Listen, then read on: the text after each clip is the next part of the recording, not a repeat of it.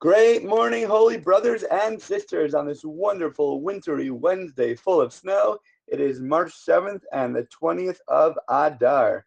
We are in the Kitzur Likutei Moharan, and we're calling this lesson Holy Heifers. Here we go. When the tzaddik sees God's righteousness, his faith is thereby strengthened. Then his heart sheds the crookedness that it had previously, and the tzaddik, the righteous person, is able to pray.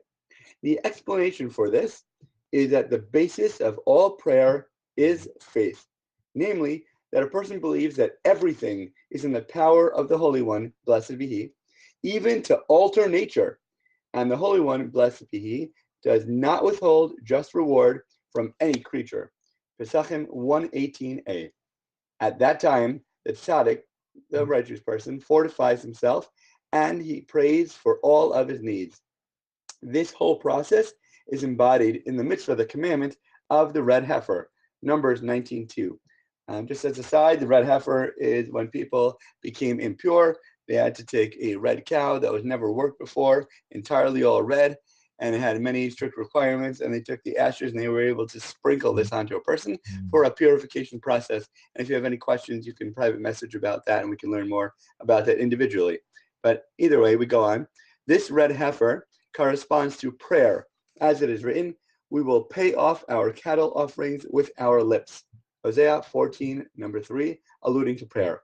Furthermore, the description of entirely red, without a blemish, and which has not undergone the yoke, Numbers 19:2, refers to the way that the tzaddik, the righteous person, sees and comprehends God's righteousness. For God weakens the power of judgment and removes it from the wicked for the benefit of the tzaddik. And through this, the tzaddik's faith is thereby strengthened, and he is able to pray. This is the meaning of the dust and ashes mentioned in connection with the red heifer, Vid 19:10-17, since prayer requires both of these components. To elaborate, during prayer, it is necessary to subjugate both the individual and the collective evil to the good, as in, you will crush the wicked, and there will be ashes under the soles of your feet. Malachi 3:21. First, a person must nullify the individual evil, that is, his material body and physicality, during prayer, as did the early pious men who would shed their physicality when they prayed. Shulchan Aruch and Orach Chaim 98:1.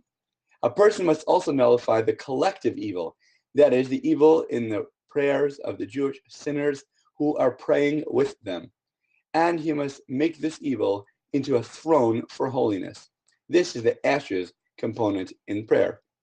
The dust component in prayer entails binding oneself to the soul, the spirit, and the upper soul of those who dwell in the dust, i.e., the deceased, whom the person must awaken with his prayer, as in, awaken and sing, you who dwell in the dust, Isaiah 26:19, so that they can also pray with him. This is the component of dust on the collective level.